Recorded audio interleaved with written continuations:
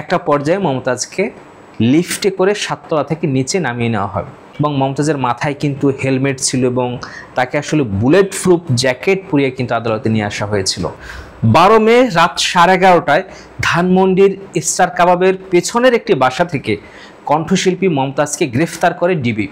স্বাভাবিকভাবেই তিনি যেহেতু একজন জনপ্রিয় কণ্ঠশিল্পী এবং রাজনীতিবিদ, এই খবর কিন্তু সারা বাংলাদেশে মুহূর্তেই ছড়িয়ে পড়ে এবং অনলাইনে একটা তোলপাড় শুরু হয়ে যায়। আমরা যারা গণমাধ্যম কর্মী আমাদেরও মোটামুটি একদম ছোটাছুটি শুরু হয়ে যায় মমতাজের এই নিউজ দেওয়ার জন্য। তো গ্রেফতারের পরে মমতাজকে ডিবিতে নেওয়া হয় এবং 5 আগস্ট শেখ হাসিনা সরকারের পতনের পর কিন্তু দীর্ঘদিন লোকচক্ষুর একদম অন্তরালে ছিলেন মমতাজ। সব জায়গায় এবং একটা গণমাধ্যম থেকে সব জায়গায় একটা প্রশ্ন ছিল যে মমতাজ আসলে কোথায় আছেন, কিভাবে আছেন। শেষ পর্যন্ত 12 মে তিনি সেই স্টার কাবাবের পেছনে যে বাসা সেখান থেকে গ্রেফতার হলেন এবং গ্রেফতারের পরে তাকে কিন্তু ডিবিতে নেওয়া হয় এবং আজকে অর্থাৎ এই ভিডিওটা যখন তৈরি করছি 13 মে, তখন কিন্তু মমতাজকে আদালতে তোলা হয়। এখন প্রশ্নটা হচ্ছে গ্রেফতারের পর মমতাজের জীবনটা কতটা বদলে গেছে, কেমন আছেন মমতাজ। মমতাজকে যখন আদালতে তোলা হয় স্বাভাবিকভাবে আইনজীবী ছাড়াও উৎসুক দর্শকদের একটা ভিড় ছিল, সবার একটা কৌতূহল যে আসলে কি ঘটে এবং মমতাজ এই ধরনের প্রেক্ষাপটে কোন ধরনের আচরণ করেন।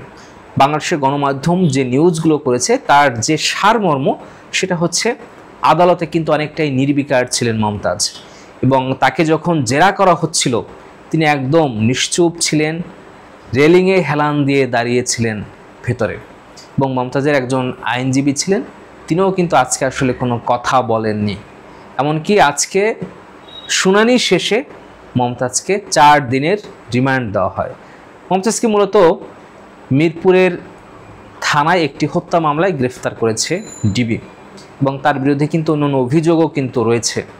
যাই হোক, আজকে প্রথম শুনানি ছিল এবং প্রথম শুনানি শেষেই কিন্তু তাকে 4 দিনের রিমান্ড দেওয়া হয়।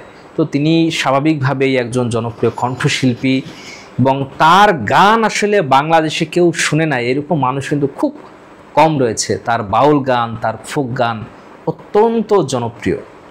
রাজনীতিবিদ মমতাজকে নিয়ে অনেক প্রশ্ন রয়েছে হয়তো, কিন্তু কণ্ঠশিল্পী মমতাজের জনপ্রিয়তা, তার যে তারকা খ্যাতি, এই জিনিসগুলো নিয়ে আসলে কোনো প্রশ্ন নেই। স্বাভাবিকভাবেই এই সিচুয়েশনগুলোর সাথে কিন্তু তিনি পরিচিত না। তিনি একজন কণ্ঠশিল্পী, মানিকগঞ্জ সিঙ্গার থেকে তিনি নির্বাচিত হয়েছেন, কয়েকবার সাংসদ হয়েছেন। তো এই রাজনীতিতে আসার আগে তার জীবনটা একটা অন্যরকম জীবন ছিল, গানের সাথে তার যোগাযোগ ছিল, কণ্ঠশিল্পী হিসেবে তিনি নিজেকে সারা বিশ্বে সমাদৃত করেছেন। তো এই ধরনের মানুষ কিন্তু এই জেল, জরিমানা, হাজত এই লাইফটার সাথে কিন্তু পরিচিত ছিল না, কিন্তু তিনি যেহেতু রাজনীতিতে এসেছেন যার কারণে এখন কিন্তু তিনি পরিচিত হচ্ছেন। যাই হোক, যেমনটা বলছিলাম যে তাকে কিন্তু 4 দিনের রিমান্ড দিয়েছে আদালত এবং এই আদেশ শেষে তাকে যখন আদালত থেকে নিচে নামানো হয় তখন কিন্তু আইনজীবীদের একটা অংশ ভীষণ হট্টগোল করেন এবং তারা বলেন যে মমতাজকে লিফটে নয়, তাকে পায়ে হাঁটিয়ে নিচে নামানো হবে। তখন আসলে পিপি চলে আসেন এবং পিপি এসে বলেন যে না, আপনারা সবাই শান্ত হন। একটা পর্যায়ে মমতাজকে লিফটে করে 7 তলা থেকে নিচে নামিয়ে নেওয়া হয় এবং মমতাজের মাথায় কিন্তু হেলমেট ছিল এবং তাকে আসলে বুলেট প্রুফ জ্যাকেট পরিয়ে কিন্তু আদালতে নিয়ে আসা হয়েছিল এবং তাকে শেষ পর্যন্ত যখন আদালতের যে হাজতখানা রয়েছে সেখানে যখন নিয়ে যাওয়া হয়, আদালতের সামনে যে রাস্তাটা রয়েছে সেই রাস্তা দিয়ে যখন নিয়ে যাওয়া হয়, হাজতখানার প্রধান ফটকে কিন্তু তার জুতা জোড়া পরে থাকতে দেখা হয়। তাকে নিয়ে যাওয়ার পরে একজন উৎসুক মানুষ এসে বলে যে এটা তো আসলে মমতাজের জুতো।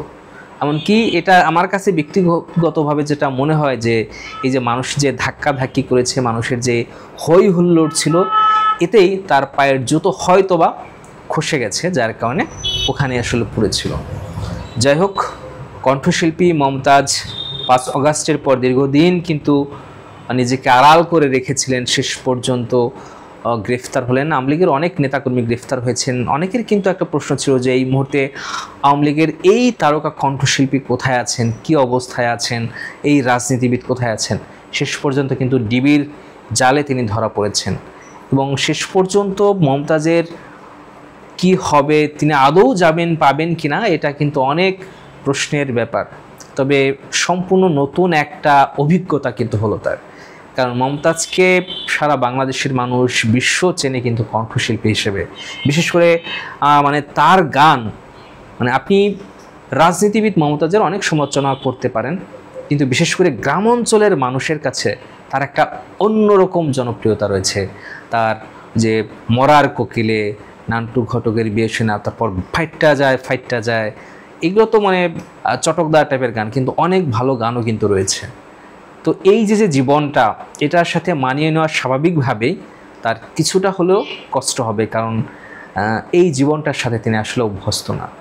যাই হোক দর্শক, আপনি কি মনে করছেন মমতাজকে নিয়ে জানাতে পারেন কমেন্ট বক্সে।